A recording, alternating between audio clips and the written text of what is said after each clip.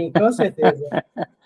Olá, Você- pessoal. Boa noite a todos. Hoje a gente fazendo essa palestra de sábado virtual, né? Por esse momento de chuva no Rio de Janeiro, mas com certeza com a mesma alegria, com a mesma energia, estarmos juntos aí nessa tarde de sábado. E recebendo Breno. Breno, seja muito bem-vindo à nossa casa. Obrigado pelo convite. Vamos começar fazendo, então, o nosso preparo. Fábio, você pode fazer para a gente o preparo? Claro, o meu microfone aqui tá ligado, né? Bom, vamos lá. Então, é um texto de Joana de Andes, né? Falando um pouquinho sobre a palavra, o poder da comunicação.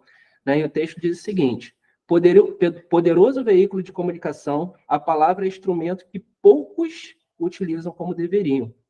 A boa palavra ergue e consola, ensina e corrige, ampara e salva. A má palavra envenena e mata, enlouquece e fulmina, desequilibra e arma de ódio.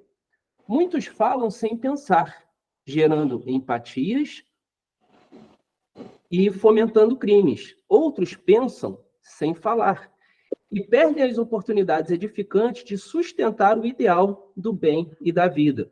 Falar por falar expressa desequilíbrio. Tanto quanto calar sempre denota doentia introspecção. Dispões desses abençoado instrumento para preservar a vida e enriquecê-la de bênçãos, que é a palavra. Usa o verbo com sabedoria, ensinando, ajudando e impulsionando as pessoas ao avanço, ao progresso. Articula a palavra sem gritaria, nem desconcerto emocional, de modo que se te faça agradável, inspirando o que os outros ouvem e gerando simpatia em teu favor. A arte de falar é conquista que todos devem lograr. Não as lágrimas com o teu verbo, nem as sepulte no teu mutismo de alienação. Fala sobre o bem, o amor, a esperança, propondo a alegria entre as criaturas e ensinando-as ensinando-as a adquirir segurança pessoal no processo da evolução. E aí a gente, falando de livre-arbítrio, né, dentro desse contexto, me veio aqui um trecho da Bíblia que eu me reservei o direito de trazer aqui para a gente, né, que é o Mateus 12, do 33 ao 37, que diz o seguinte: ou fazer a árvore boa o seu fruto bom, ou faz a árvore má o seu fruto mau. Por quê? Pelo fruto se conhece a árvore. Raças de víboras, como podeis vós dizer coisas boas sendo maus? Na pergunta. Né? Pois do que há em abundância no coração, disso fala a boca. O homem bom tira boas coisas do bom tesouro do seu coração, e o homem mau do mau tesouro tira coisas más. Mas eu vos digo que toda palavra ociosa que os homens disserem não hão de dar conta no dia do juízo. Por quê? Tuas palavras serás justificado e por tuas palavras serás condenado. Né? Então, a palavra, basicamente, quando a gente fala de palavra e ações, nada mais é do que uma forma da gente materializar o que a gente tem por dentro, o que a gente tem no nosso coração. Né? Então, quando a gente... Poxa, eu preciso mudar algo em mim, mas eu ainda não sei como. Né? Como eu posso usar do meu livre-arbítrio para interferir diretamente nas coisas que acontecem na minha vida e na vida das pessoas? Presta atenção nas palavras. Porque através das nossas palavras nós colocamos para fora aquilo que nós temos por dentro, aquilo que nós temos no coração. E é justamente aquilo que nós precisamos ficar presente. Porque dentro do livre-arbítrio que nos foi dado, a única coisa que podemos, de fato, exercer é sobre as nossas próprias ações e as nossas próprias palavras. Mas, para isso, a gente precisa ter consciência, isso precisa estar na nossa zona de clareza, e nós precisamos estar com a intenção correta para querer mudar. E as palavras, ela é um bom sinal, ela é um bom norte, que através dela a gente pode ofender, mas a gente também pode multiplicar o amor, a bondade, a caridade, a sabedoria. Então, a palavra, de fato, ela consegue materializar o amor que nós temos por dentro e colocar para fora isso tudo da melhor forma possível, tá bom? Que assim seja, que a gente tenha uma boa palestra. Muito obrigada, Fábio. Ótimo. Bárbara, você pode fazer para a gente a prece inicial? Sim, claro. Mestre Jesus, espiritualidade amiga, pedimos permissão para iniciar o trabalho de hoje, agradecendo pela oportunidade de estarmos aqui presentes, mesmo não de forma física, porém virtual, mas em pensamento, juntos em mais um estudo tão importante, que possamos estar amparados pela espiritualidade de luz, que possamos usar os ensinamentos aqui recebidos hoje em nossa vida como um guia, como um caminho a seguir, e que possamos aprender cada vez mais como utilizar o livre-arbítrio a favor da nossa evolução. Que possamos receber durante a palestra todos aqueles fluidos necessários para o nosso tratamento, para nossas necessidades individuais, e que a espiritualidade traga aqueles irmãos que também necessitam ouvir essas palavras para o ambiente da palestra, para que sejam beneficiados também desse estudo. Que assim seja, graças a Deus. Graças a Deus. Então vamos agora para o Breno, livre-arbítrio e destino. Breno. Muito bem, é um prazer enorme. Primeiramente, uma boa noite a todos vocês que estão aqui acompanhando pelos canais digitais do Grupo Saint Germain esse nosso encontro, e é um prazer muito grande estar aqui com vocês. Seria um prazer muito maior se eu pudesse ter estado aí pessoalmente, mas naquela época do Kardec, na codificação da doutrina espírita, quando o Kardec, em determinado momento, estava escrevendo uma parte da doutrina e ele começou a cometer alguns erros, ele foi alertado pelos espíritos através de batidas nas paredes da sua casa, que o fizeram ter uma curiosidade muito grande e parar aquele trabalho que ele estava fazendo, e acabou que depois ele desistiu de fazer aquele resto, já estava cansado, já era de noite, mas as batidas continuaram, né? E num outro dia, né, na Sociedade Parisiense de Estudos Espíritas, ele perguntou aos espíritos o que teria sido aquela batida que ele ouvia, e os espíritos disseram o seguinte: olha, tem um erro muito grave lá no seu trabalho. Dá uma olhada lá, dá uma lida da linha tal até a linha tal, e você vai encontrar um erro lá. E o Kardec voltou para casa depois da reunião lá com os espíritos, e ele acabou encontrando um erro muito grande que havia na interpretação dos ensinamentos dos espíritos e naquilo que ele iria passar. Hoje, os espíritos são um pouco mais elaborados, né? Hoje, quando eles viram assim, é o Breno que vai falar na casa de Saint Germain, bota um temporal para não ter reunião, porque ele só vai falar bobagem. Mas acabou que não deu certo, porque eles esqueceram de cortar a internet. E aí, então, a gente está aqui hoje para dividir um pouquinho com vocês desse espaço e dessa maravilha que é conhecer um pouco mais a doutrina espírita, para que a gente possa juntos construir conhecimento e, mais do que nunca, construir felicidade, porque hoje a gente se encontra divulgando e aprendendo um pouco mais sobre a palavra de Jesus, porque a gente já entendeu que ela não é apenas um grupo de palavras bonitas que devem ser utilizadas somente para a admiração nossa, e que Jesus não é uma figura apenas que deve ser colocada num pedestal para que nós o adoremos infinitamente. Tudo isso que foi ensinado por Jesus na sua passagem aqui pela Terra é um manual de vida muito prático e que a gente deve encontrar a maneira de aplicar ao nosso dia a dia através das nossas palavras e principalmente através das nossas ações. Quando nós decidimos nos encontrar aqui nessas reuniões, é isso que nós estamos buscando.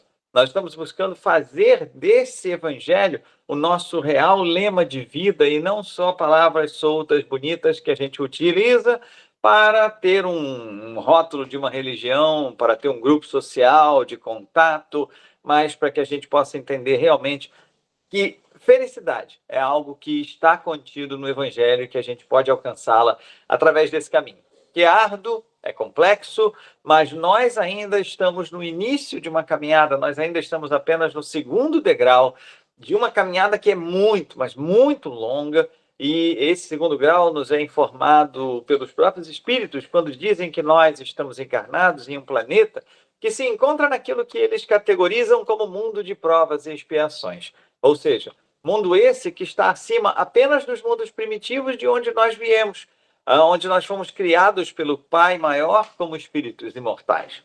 E aí, nós temos até uma ideia do que teriam sido os mundos primitivos, porque as próprias ciências que nós desenvolvemos conseguiram reconstruir o que teria sido o início da nossa caminhada.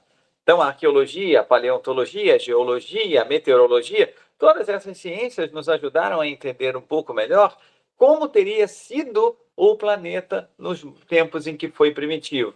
E até mesmo isso tudo completado pelo aquilo que nós trazemos de intuições, de reminiscências do que foram as nossas existências em planetas, no planeta primitivo que foi a Terra. Porém, quando nós olhamos para frente, nós pensamos, nossa, ainda temos os mundos de regeneração, temos os mundos ditosos e os mundos celestiais. Sobre esses, talvez nós tenhamos uma ideia um pouco menos vaga acerca dos mundos de regeneração, porque nos dizem os espíritos que eles estão até relativamente próximos, né? A transformação, a transição do planeta Terra em um mundo de regeneração está a caminho, né? E aí a gente até começa já a vislumbrar o que seria um mundo de regeneração. Porém, quando se fala em mundos ditosos e mundos celestiais, nós talvez não tenhamos a mínima, mas a mínima ideia do que eles representem, porque nós não conseguimos visualizar ainda mundos onde não haja a presença do mal em nosso dia a dia, ou que esse mal seja tão irrisório, tão ínfimo que não nos afete.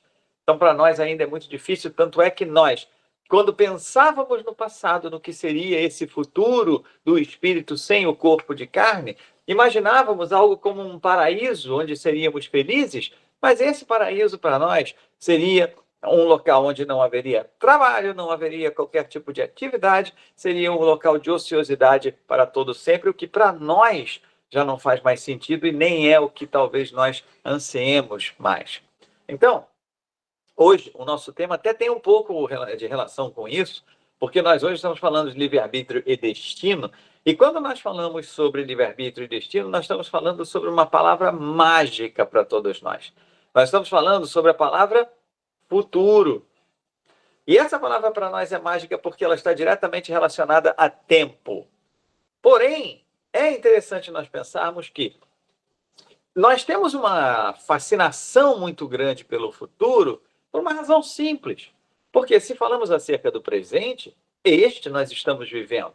Nós podemos imaginar, podemos visualizar exatamente o que está ocorrendo no nosso dia a dia, como está a nossa vida. Claro que tudo de acordo com o nosso prisma, com o nosso olhar para o mundo. Quando nós falamos em passado, nós conseguimos recontá-lo, nós conseguimos entendê-lo e nós conseguimos narrá-lo porque ele já está findo em nossas vidas. Mas ao olharmos para o futuro, nós entramos num pensamento de algo enigmático para nós. Algo que, como será o amanhã? Responda a Deus, responda quem puder, o que irá me acontecer, o meu destino será como Deus quiser. Então nós começamos a olhar para esse fascínio que o futuro exerce sobre nós e ele talvez seja a grande motivação das nossas vidas. Se não, vejamos, até aquelas próprias pessoas que decidem pelo caminho da extinção da própria vida, o conhecido como suicídio, até mesmo essas pessoas vão narrar para nós que, na maioria das vezes, elas terão perdido a esperança neste futuro.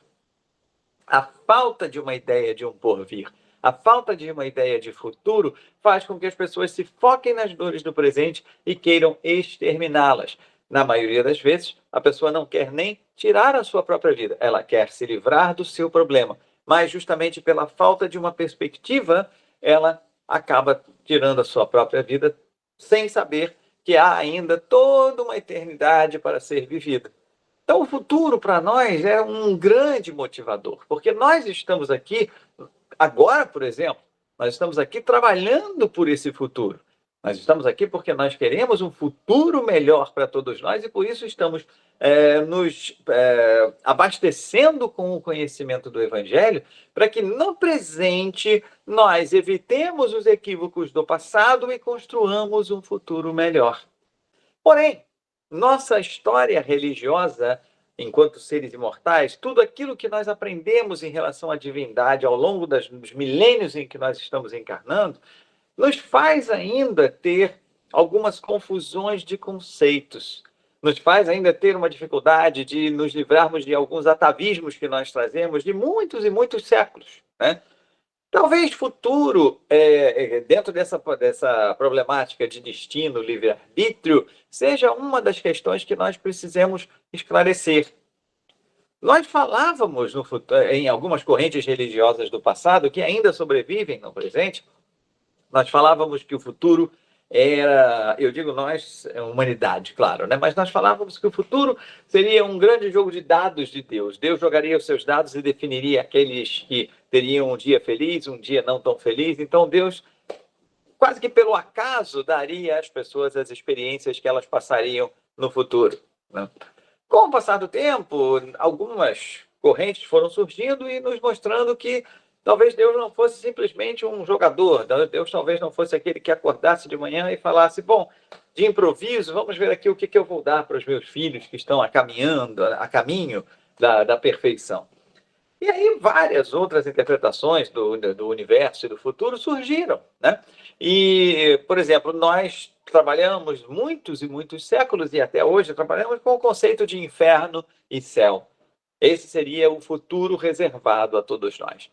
Porém, houve um certo momento em que nós também começamos a questionar esse futuro de céu e inferno, porque nós pensávamos, bom, se Deus é um conceito de amor e justiça soberana, de amor infinito, incondicional por todos nós, qual seria a justificativa de nós podermos ter apenas uma oportunidade de alcançar a felicidade? Uma única vida para alcançar a felicidade plena. Quando nós olhávamos para o nosso padrão enquanto espíritos encarnados no planeta Terra, nós chegávamos à conclusão que, na grande maioria de nós, na grande maioria, melhor dizendo, teríamos problemas para alcançar esse chamado céu. Olhando os nossos padrões de atitude, olhando aquilo que nos permeava como espíritos, né, os nossos valores, as nossas crenças, nós pensávamos, bem, vai ser praticamente impossível eu atingir o céu. Então era praticamente um ensinamento que nos trazia muita desesperança, porque a vida virava quase que uma contagem regressiva até o momento em que nós iríamos ser atirados ao fogo do inferno, que iríamos mergulhar definitivamente no tacho do capeta. E para nós isso era desesperador. Para nós isso era a ideia da ampulheta, aquele reloginho de areia, né, que conta lá o tempo com a areiazinha caindo de um bojo até o outro, correndo. Essa areia iria correndo, correndo, correndo, e cada dia que nós acordássemos seria um dia a menos que nós teríamos para provar a Deus que nós poderíamos alcançar o céu. E chegava um momento em que nós pensávamos, bom, por mais que eu faça bem a partir desse momento, eu jamais conseguirei atingir esse céu, porque eu já tenho tantos e tantos pecados na minha bagagem, e aí nós desistimos. Nós pensávamos, agora já não tem mais jeito, eu vou para o inferno mesmo, então quer saber, eu vou aproveitar o resto da vida que eu tenho aqui na Terra. Então, para nós, isso talvez não fosse benéfico, melhor dizendo, não fosse benéfico.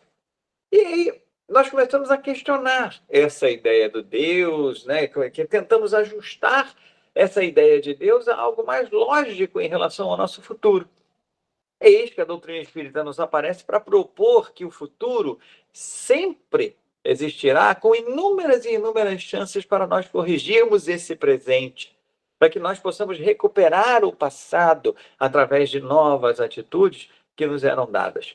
E esse futuro passou a ser, então, o futuro das reencarnações e o futuro das estadas na erraticidade.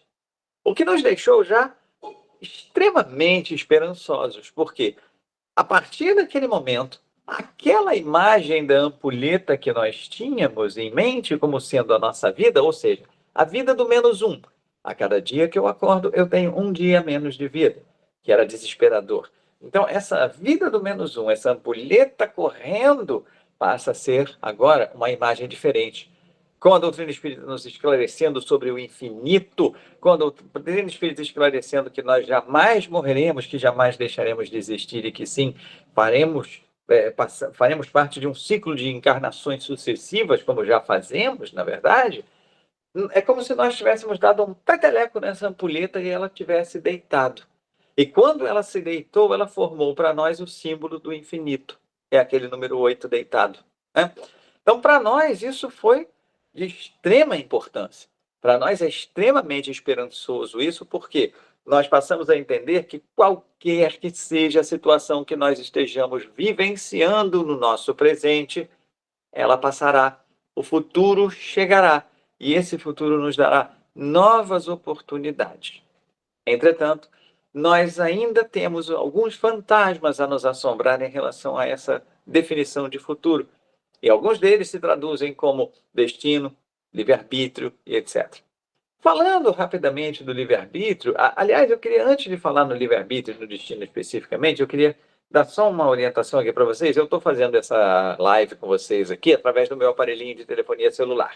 Sendo assim, eu não tenho uma visão tão ampla do que está acontecendo aqui na sala, né? E além disso, eu tenho um pequeno probleminha eu sou ceguinho de longe, né? Então, o que acontece é o seguinte, gente, às vezes eu estou vendo pipocar uns balõezinhos aqui, então eu já deixo vocês muito à vontade, se não for um problema para casa, a nossa dirigente pode me interromper aqui a qualquer momento, é só me chamar que na hora que eu interromper um raciocínio, eu passo para você, e aí você me coloque, por favor, algum comentário relevante que esteja aí sendo colocado pelos nossos queridos, e aí a gente pode aproveitar e comentar aqui, tá bom? Então fiquem à vontade para me interromper. Mas voltando à questão, ou então se tiver algum, até se você já quiser entrar, por favor, fique à vontade, né? Alguma coisa que vocês queiram falar? Que esteja aí nos comentários, porque para manipular aqui é meio complicado. Vou acabar saindo da sala, caindo a linha. Por enquanto, não. Tem nenhum comentário. Então, Qualquer coisa eu interrompo. Obrigado. Então, a gente vai falando aqui, então, agora sobre a questão do livre-arbítrio e do destino. Eu queria começar justamente com a questão do livre-arbítrio, porque, como eu ia dizendo para vocês, nós descobrimos que a vida não é um eterno jogo de dados e que nós não estamos sujeitos a um humor de um Deus que pode acordar de bem ou de mal com a vida e nos fazer sofrer ou ter glórias naquele dia. Assim sendo, nós passamos a entender que uma boa parte desse futuro está em nossas mãos e a doutrina espírita nos fala muito sobre isso. O futuro está em nossas mãos, o futuro será aquilo que nós construirmos no nosso presente. E isso, para nós, passou a ser uma ideia diferente. Antes de ser uma ideia boa ou ruim para nós, ela passou a ser uma ideia diferente. E como toda ideia é diferente, até que ela se estabeleça em nós, até que ela se sedimente, ela vai passar por uma série de crivos da nossa consciência, do nosso julgamento, da nossa crítica, e ela nos causará alguns turbilhões. Se, por um lado, o livre-arbítrio é uma ideia muito boa, né, porque eu passo a ver que o futuro está nas minhas mãos, por outro lado, o livre-arbítrio também é péssimo, porque eu passo a ver que o futuro está em minhas mãos. E aí vocês devem estar olhando para mim e falando assim, o cara endoidou, porque o que ele falou, na verdade, foi a mesma coisa. Eu acho que o livre-arbítrio é ruim porque o futuro está em minhas mãos, e eu acho que o livre-arbítrio é bom porque o futuro está em minhas mãos. Como assim? Pode explicar um pouco melhor? Bom, nós somos espíritos, como eu já disse aqui, em estágio de provas e expiações, ou seja, conscientes já de que somos de um grande nível de imperfeição. Se assim somos e assim nos reconhecemos, ainda que o orgulho, a vaidade, o egoísmo muitas vezes nos impeçam de ver o quão pequenos nós somos, mas se assim já temos isso como uma ideia clara para nós temos, então, outros problemas a enfrentar. Porque se somos espíritos imperfeitos e que, por essa natureza, né, por essa condição, digamos assim, por essa condição atual, normalmente tomam decisões que vão lhe prejudicar, porque, em geral, são decisões que não são baseadas na felicidade do espírito e sim na felicidade do corpo físico presente, né? Nós vamos pensar, meu Deus, esse futuro nas minhas mãos poderia ser uma coisa muito boa, porque agora eu sei que Deus não joga dados, que eu não estou sujeito à sorte, eu estou sujeito aos desígnios das minhas próprias ações. Então eu posso construir o meu próprio futuro. Que maravilha! Então, mas aí vem o momento em que eu preciso tomar decisões. E quando eu preciso tomar decisões, me vem à cabeça aquelas ideias, mas o Evangelho não fala isso, eu sei que eu estou agindo de uma forma, que não é possível. Como é que Jesus agiria? Não, Jesus, não vamos colocar Jesus nessa conversa, porque eu não sou Jesus, eu ainda sou um ser muito pequenininho. Nessa hora volta a crise de humildade, né? Na hora que a gente tem que decidir alguma coisa embasado no Evangelho de Jesus, nós pensamos, mas eu ainda sou muito inferiorzinho. Mas na hora que nós transitamos nos nossos meios familiares, nos nossos meios profissionais, no centro espírita, não, no centro espírita não. Nós pensamos assim, não, comigo ninguém tira farofa, não, comigo você vai aprender, eu vou te colocar no seu lugar. Então, é meio contraditória essa nossa existência ainda. Nós estamos realmente buscando, nós estamos realmente querendo a pequenez, nós estamos realmente querendo a humildade, mas ainda fala muito forte em nós esse desejo de projeção, esse desejo de nos exalçarmos, esse desejo de nós termos em nós essas ideias por parte de outras pessoas que nos tragam projeção, nos tragam algo maior do que os nossos irmãos, né? Uma visibilidade maior do que os nossos irmãos de jornada.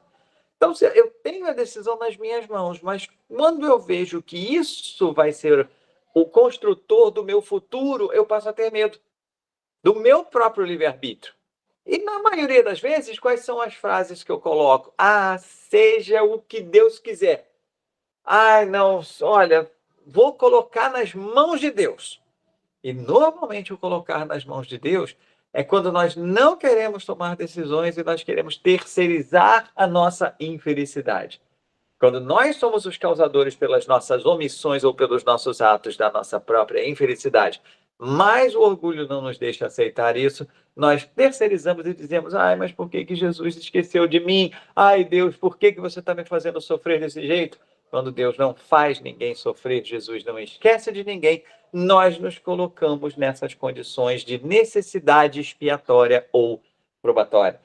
Então, para nós, essa ideia de futuro passa a ser muito amedrontadora, porque nós, da mesma forma que podemos ter a decisão e construir aquilo que nós queremos, nós entendemos que nós ainda não estamos maduros o suficiente para construir um futuro de felicidade. E que talvez continuemos a construir um futuro ainda regado de provas, ainda regado de dores, de sofrimentos chamados expiações, para as quais nós ainda damos o nome de problemas, quando na verdade são situações que nos ensinam a viver, que nos ensinam como nós deveremos fazer em uma próxima vez que nós passarmos por determinada jornada, por determinado caminho e tivermos que tomar decisões. Mas evidentemente que para o espírito ainda isso não é muito claro. Para nós, no nível em que nós estamos, o mais correto não é o mais correto. O mais normal é que nós façamos o equivocado. Porque nós precisamos ainda testar, nós precisamos ainda tentar por alternativas que não o Evangelho, porque o Evangelho é uma caminhada dura. O Evangelho é uma porta estreita e nós precisamos normalmente do conforto, nós buscamos ainda a preguiça, nós buscamos ainda a inércia. E nós gostamos muito quando, eu entrego nas mãos de Deus e seja o que Ele quiser. E eu me eximo muitas vezes da minha responsabilidade, da minha participação num processo, pois se Deus me coloca num processo, eu preciso agir nesse processo. Eu tenho condições, porque se Deus colocou na minha mão, é porque Ele sabe que eu tenho condições de fazer. E aí muitas vezes vamos ver relatos de espíritos no plano maior, depois do seu desencarne, dizendo, mas Deus, você sabia que eu não ia passar naquela prova, por que colocou aquilo diante de mim? Um grande equívoco da nossa interpretação. É como se aqueles que, por exemplo, eu não sei se alguém aqui trabalha com a atividade de lecionar alguma coisa para alguém, de ensinar, se alguém trabalha com educação aqui, mas mesmo que não tem problema, todos nós já fomos alunos em algum momento, ainda somos, mas eu falo mais da parte formal. Já estivemos em uma escola, já estivemos em uma universidade, já estivemos em um curso, e nós já passamos por esse momento em que chegava o dia, depois de um certo número de aulas dadas, nos era ofertada uma prova, né? E vamos imaginar que nós estivéssemos fazendo aquele curso, nós estivéssemos caminhando ali com o professor nas aulas, nós estivéssemos estudando em casa, mas nós tivéssemos muita dificuldade em aprender aquele conteúdo. E eis então que o professor, percebendo isso, chegado o dia da prova, ele virasse para nós e dissesse o seguinte, olha, você não vai fazer a prova não. E aí nós, a princípio, Como assim? Não entenderíamos muito bem o comentário? Pode repetir? Não, eu estou dizendo que você não vai fazer a prova hoje. Mas qual seria a razão, professor? Olha, você não vai fazer a prova hoje porque eu sei que você não vai passar. Então, eu já vou lhe dar um 0 aqui logo de cara, porque eu sei que você não tem a mínima condição de fazer essa prova. É como se nós imaginássemos que Deus fosse fazer isso conosco, né? Mas, em verdade, quando é colocada uma prova, Deus sabe uma única coisa, que nós temos condição de passar. Mas ele não sabe, por mais que nós queiramos dizer, não, mas Deus é onipotente, onipresente, onisciente, oni isso, oni aquilo, né? Deus não sabe uma coisa, se nós vamos querer passar naquela prova, porque isso não depende de Deus, isso depende de nós. Ele até pode ter uma noção, ele até pode ter uma ideia, a probabilidade é de não passar, mas ele não determinará fatalmente esse destino para nós. Olha, eu vou lhe dar essa prova, mas você não vai passar. Isso não é amor, isso não é justiça, isso não é bondade soberana, isso é o conceito de um Deus ainda punitivo. Isso ainda é um conceito de um Deus que castiga a todos nós. Esse conceito já está bem ultrapassado, desde a época em que Jesus veio, de alguma forma, reinterpretar aquilo que Moisés havia dito, ainda que não modificasse, né? E não modificasse nos mandamentos básicos, mas o próprio Jesus anunciou isso, né? Aprendemos de uma determinada forma, mas eu venho lhes dizer que... Tá.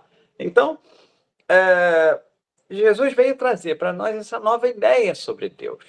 E a gente precisa ter a clara noção de que nós temos uma boa parte do processo em nossas mãos, porque Deus assim o quer, para que nós nos desenvolvamos, para que nós tenhamos autonomia e cada vez mais possamos participar, muito mais de forma ativa do que passiva, da construção do seu mundo de felicidade, na execução do seu plano de que todos os seres do universo sejam felizes.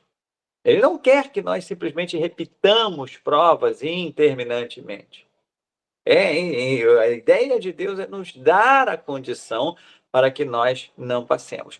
E vejamos, ainda que aquela prova venha para nós com o sentido de nos fazer repeti-la, ainda que fosse o caso de nós pensarmos, mas não. Você está falando isso aí, Breno, porque você não sabe a encrenca que eu estou passando na minha vida nesse momento. Não, Deus não podia acreditar que eu ia passar por aquela prova. Então, vamos pensar o seguinte, talvez essa prova também tenha um pequeno cunho de expiação para que nós a repitamos e aprendamos com as dores que essa prova / expiação venha a nos trazer. Nada está fora de um controle, nada é feito para simplesmente nos trazer infelicidade. Nada é feito simplesmente para nos punir. Nada é feito simplesmente para que nós possamos sofrer. Tudo é feito para o nosso aprendizado. Infelizmente, nós escolhemos o caminho da dor, enquanto a lei de Deus prevê o amor. A lei da dor é a lei dos homens quando não cumprem a lei de amor. Então, o livre-arbítrio para nós é isso. O livre-arbítrio é essa faca de dois gumes que nos faz ter esperança, porque agora o futuro está em nossas mãos, na decisão que nós tomamos sobre as coisas do presente para construí-lo. Entretanto, aquela decisão que nós tomamos e sabemos que na maioria das vezes vamos tomar a nosso próprio favor, não vamos tomar essa decisão com uma amplitude maior, com um pensamento maior no nosso próximo, na nossa sociedade, na nossa vida, enquanto seres pertencentes a um grupo chamado humanidade terrena. Então, sendo assim, é realmente de assustar, é realmente que nós ficarmos preocupados. E aí, nós voltamos à questão, né? Continuamos agora com a questão do destino, que é algo muito curioso, porque muitas pessoas me dizem, não, mas o destino já está traçado, né? O destino já está resolvido e a gente pode fazer o que for, que não adianta, isso aí já está escrito, né? Como dizia aquela cantora do festival lá, estava escrito nas estrelas, estava assim, né? Então, nós achamos que as coisas da nossa vida já estão meticulosamente planejadas para acontecer. E há algumas pessoas que me dizem isso, e eu normalmente recomendo o seguinte, Que tal nós fazermos uma leitura, um estudo mais do que uma leitura, mas um estudo mais aprofundado das questões entre os números 258 e 273 de O Livro dos Espíritos, que falam sobre a escolha das provas? Lá, nos será informado que nós, antes de encarnarmos no corpo em que estamos no momento, fizemos escolhas sobre as provas e as expiações que nós iríamos passar nesta vida. Nós, eu volto a dizer, uma coisa que eu já falei aqui hoje, que nós ainda estamos com um pensamento muito atávico, nós trazemos um pensamento muito formatado ainda no medo de Deus, na limitação, nessa relação com a divindade, nesse distanciamento que nós queremos ter com a divindade. Então nós ainda nos relacionamos com a divindade de uma forma estranha, de uma forma mais distante do que a própria divindade gostaria que fosse, quando abre as janelas do indevassável para que nós mergulhemos ali e entendamos os desígnios. Então, muitos dizem, mas se há uma escolha de provas e expiações antes do encarnar, se existe mesmo esse tal planejamento encarnatório do qual os livros espíritas tanto falam e que vocês tanto difundem, qual é a utilidade de eu lutar, qual é a utilidade de eu batalhar na minha vida se nada vai acontecer do jeito que eu quero e vai ser do jeito que eu supostamente tinha planejado? E alguns ainda completam dizendo, eu acho uma injustiça, porque quando eu chego aqui, eu não lembro de nada do que eu planejei lá, então vai acontecer sem eu nem saber ou concordar ou discordar.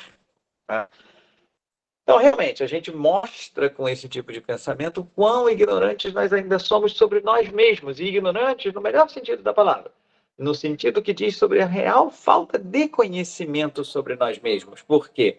Nós não entendemos ainda, é como se fossem dois seres distintos, o espírito desencarnado e esse agora que encarnou, que tivessem escolhido coisas completamente diferentes. Não entendemos ainda que quando escolhemos o plano espiritual, estamos com a visão real do que é bom para todos nós, de um plano maior, vendo com uma amplitude maior a nossa jornada que será iniciada aqui na Terra. Aqui na Terra, nós, fechados no corpo material, muitas vezes temos medo, temos a incerteza do porvir, temos a falta de fé, e ainda que tenhamos o conhecimento que a doutrina espírita e que outras religiões nos trazem sobre a vida continuar depois da morte, seja lá em que condições forem, ou for, seja lá em que condições for, nós ainda não temos tanta fé a ponto de vivenciar essa realidade. Então, nós estamos sempre naquela história do mas vai que não, né? E nós vivemos muitas vezes a vida privilegiando as escolhas para o momento em que nós estamos encarnados. Nós queremos viver a felicidade do agora, nós queremos viver a felicidade aqui da Terra, e nós não conseguimos muitas vezes tomar decisões que privilegiem uma felicidade futura. Isso para nós é uma dificuldade muito grande, porque estamos imersos em matéria.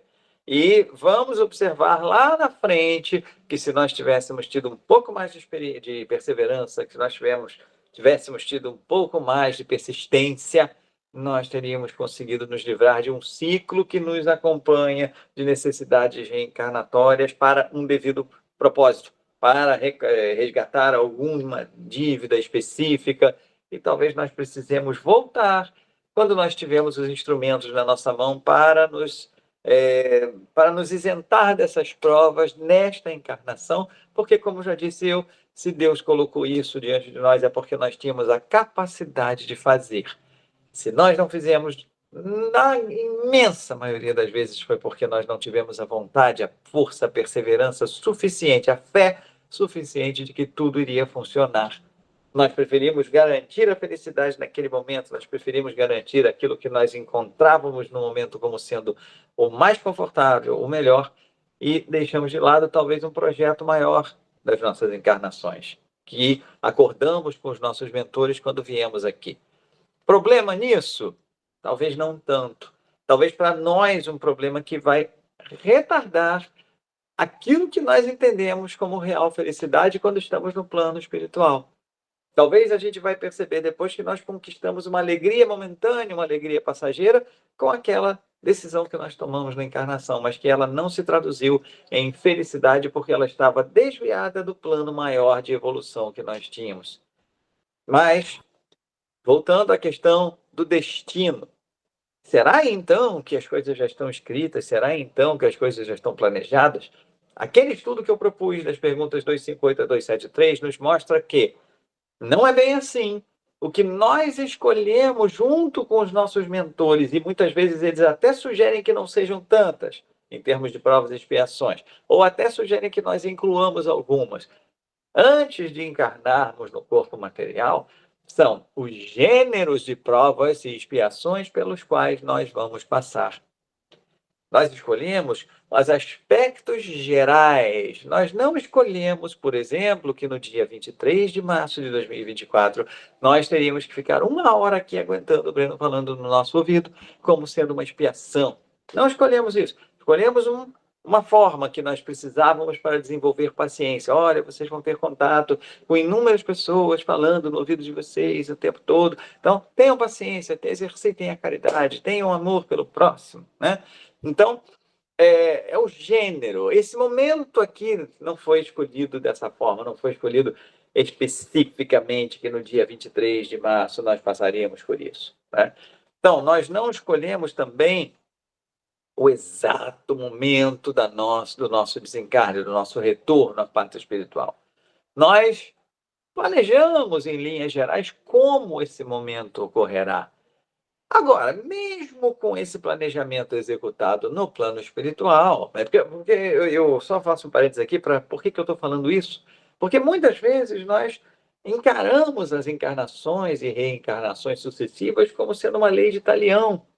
Ah, muito bem. Então você era um soldado numa guerra no passado e você mirou o seu míssil num avião que estava cheio de pessoas e esse avião explodiu no ar. Então, nessa encarnação, você vai ter que voltar para ter uma queda de avião, para você passar por aqui. Essa é uma interpretação muito talião da lei de amor e bondade, que é a lei das causas e efeitos, né? Da lei de consequência que nós aprendemos com a doutrina espírita. Nós ainda trazemos essa interpretação talião muito forte dentro de nós e é difícil nos livrarmos dela.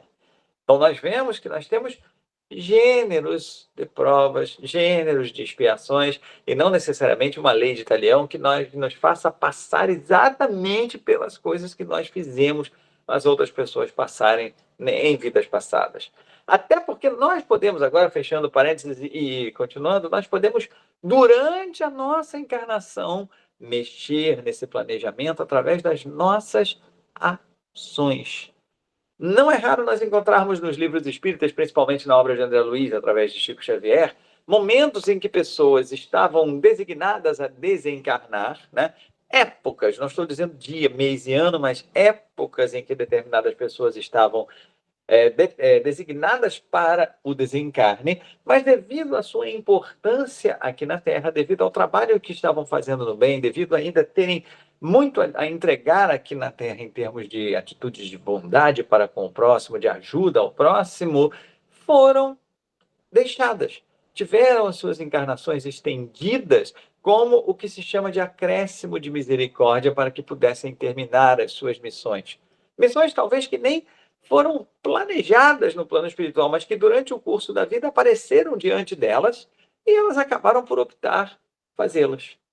Então, são coisas que são acréscimos, né? Assim como nós podemos abreviar imensamente o momento da nossa volta à pátria espiritual, quando nós abusamos das questões materiais em relação ao nosso corpo. E aí não pensemos somente nos abusos que nós fazemos quando nos enveredamos por vícios que estão ligados a questões que não estão legalizadas, né? Por exemplo, drogas, ou enfim, cigarro, álcool, aquelas coisas que são drogas ilícitas ou lícitas, que são aquelas mais famosas. Mas nós também nos colocamos em risco de redução do nosso tempo de encarnação quando nós nos expomos a exageros no dia a dia mais comum, mais trivial, como até da própria alimentação, por exemplo, como a da falta de ingesta de água, como uma série de coisas que seriam muito importantes para a nossa manutenção física, para a nossa saúde corporal, e nós deixamos de fazer porque queremos o prazer imediato da matéria, né? Então, nós podemos também abreviar esse tempo de vida através do desregramento de condutas que nós tenhamos aqui, não somente físicas. Desregramento de condutas mentais também faz com que o nosso perispírito seja preenchido por essa energia negativa dos abusos e transfira essas energias e imprima essas energias nas células do nosso corpo físico, fazendo com que nós tenhamos vulnerabilidade a enfermidades, fazendo com que nós tenhamos mais riscos de sofrer com situações que possam nos acometer em termos de doença. Bem, então nós, quando falamos em livre-arbítrio, quando nós falamos em destino, nós estamos falando sobre coisas que nós ainda precisamos ajustar no nosso conceito mental. Nós precisamos ainda entender mais a fundo o que os espíritos querem nos dizer, pois nós ainda trabalhamos demais com um conceito de fatalidade. A gente muitas vezes fala o seguinte: olha, a doutrina espírita não tem nenhum tipo de trabalho com a fatalidade. A doutrina espírita não aceita a fatalidade. Eu normalmente procuro fazer uma pequena ressalva. Eu digo o seguinte: olha, a doutrina espírita trabalha sim com uma questão que é fatal para o ser humano, que é chamada progresso. O ser humano tem que progredir. O seu progresso é fatal na vida do ser humano. Nada porá obstáculo determinante, definitivo ao progresso. Então, isso é fatal. Todo o restante está, sim, nas nossas mãos. E nós, a partir de agora, precisamos perder aquele medo sobre o qual eu falava, quando discorri aqui sobre a questão do livre-arbítrio. Nós devemos perder um pouco esse medo de tomar decisões, porque uma das coisas que nos paralisa demasiadamente ao tomarmos decisões é aquilo que nós chamamos de culpa. Quando nós tomamos uma decisão e essa decisão se revela futuramente errada, nós podemos, muitas vezes, ser acometidos pela culpa. Nós podemos começar a pensar: ai, meu Deus. E isso acaba nos colocando, em alguns momentos, ou podendo nos colocar em estados de melancolia, de tristeza, que, se muito acentuados, podem até mesmo nos levar a um estado de depressão. Isso é relativamente comum. Na sociedade atual, nós temos visto que isso tem se tornado cada vez mais presente. Por quê? Se no século passado, século XX, né, até aí o ano de 1999, a medicina, e até no começo dos anos 2000 também, a medicina avançou tremendamente a ponto de nos trazer uma relativa tranquilidade em relação às questões físicas. Nós acabamos transferindo essa descarga de energias negativas para o campo mental. Então, vejamos, no passado nós tínhamos as enfermidades do corpo físico, que faziam com que nós tivéssemos provações muito árduas. Dessas todas que passaram pela humanidade, talvez o câncer seja aquela com a qual nós ainda mais batalhamos para descobrir curas, e mesmo assim já estamos em estágios bem avançados de pesquisa e podemos até ter uma sobrevida grande se descobrirmos o câncer ainda em fase muito cedo, né, da doença, fase muito inicial da doença. Então, essas doenças do corpo físico foram meio que dominadas pela ciência médica dos homens. Nos anos 80, vocês vão lembrar muito bem, aliás, desculpa, vocês não vão lembrar porque eu estou vendo aqui, pelo menos pelas figurinhas que estão aqui na minha tela, ninguém passou dos 30 ainda, né? Então, nos anos 80, eu conto essa historinha para vocês, né? Nos anos 80, eu era pequenininho ainda, e eu lembro que havia uma doença chamada AIDS, né? Da sigla em inglês, em português chamada SIDA, que era a síndrome da imunodeficiência adquirida. Uma vez contaminados por essa síndrome, as pessoas vinham a desencarnar rapidamente, né, em um período de tempo que não ultrapassava normalmente 1 a 2 anos, podendo ser até muito menor do que isso. Era uma doença realmente devastadora e era contraída através de relações sexuais e ficou até estigmatizada com um alto grau de preconceito como a doença do homossexual. E depois descobriu-se que não era restrito a homossexuais e que isso também poderia acontecer em casos de heterossexualidade. Então, essa doença foi muito marcante, até porque ela vitimou pessoas de grande repercussão na nossa sociedade, de grande projeção na nossa sociedade, artistas, músicos e cantores, atores, enfim. Muitos foram aqueles que passaram ao plano espiritual vitimados pela AIDS. E era praticamente uma sentença de morte de ser diagnosticado com a AIDS. Era praticamente o fim de tudo. E eis que no início dos anos 90 vão se desenvolver pelos cientistas, pelas pesquisas mais avançadas, coquetéis de drogas que poderiam então controlar, poderiam então dar uma qualidade de vida àquela pessoa que não seria mais uma sobrevida, mas sim uma vida com a doença controlada. Até que chegamos ao estágio atual em que nós nos encontramos, quando uma pessoa diagnosticada com o vírus HIV pode sim viver até uma idade bastante avançada, sendo que talvez até não desencarne vítima do HIV.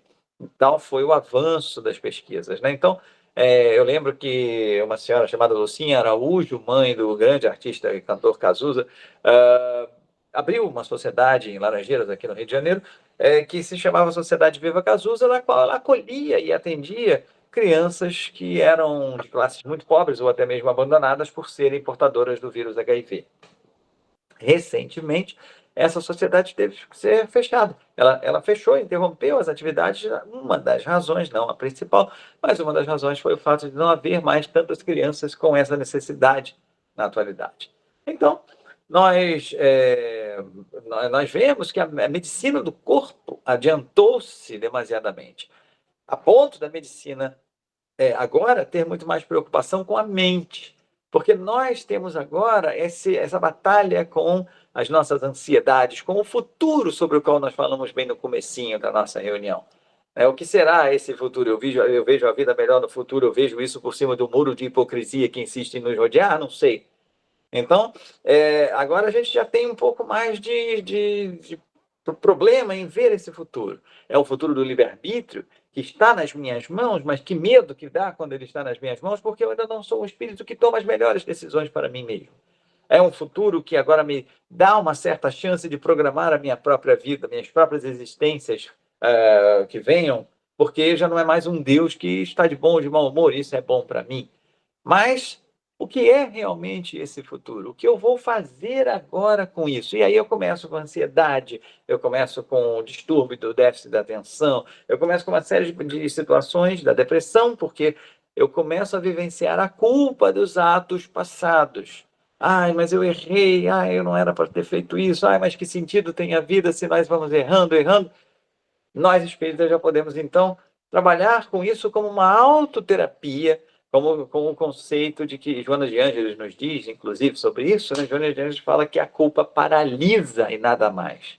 A culpa somente serve para paralisar. Se nós temos culpa sobre algo que fizemos no passado, deixemos essa culpa de lado, porque nos será dada a chance, principalmente se tivermos arrependimento no coração, sincero, se estivermos arrependidos do que fizemos, nós teremos claramente e certamente a chance de reparar aquilo que foi feito. Seja nessa vida com a mesma pessoa, seja em alguma outra vida com outras pessoas que tenham a mesma situação, e nós nos harmonizaremos com a lei divina através dessas atitudes de reparação que nós tomarmos em relação ao que fizemos no passado.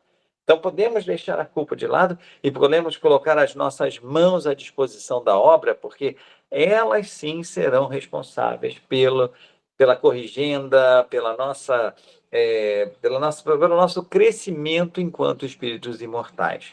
Então, nessa visão de futuro, de destinos, de livre-arbítrio, passemos a entender que o destino é traçado em linhas gerais para que nós aprendamos, nunca para que nós soframos. Nós sofremos porque nós achamos que nós estamos apenas sendo vítimas de algo muito ruim que está acontecendo. Na maioria das vezes, quando estamos envolvidos no problema, não conseguimos entender a lição que esse problema nos traz. Entenderemos no futuro, entenderemos algum dia, mas nos momentos em que estamos passando, nem sempre temos a frieza e a tranquilidade para parar e pensar sobre o que aquilo vai nos ensinar. Façamos esse exercício. Peguemos as dificuldades que vivemos nesse momento e vejamos, por que estou aqui? O que fiz eu no passado? Ai, meu Deus, não. Que bom que eu consegui identificar que o que eu fiz no passado me trouxe até aqui, porque eu não farei isso novamente. Eu agirei de outra forma, em outro momento, e eu sei que esse outro momento acontecerá.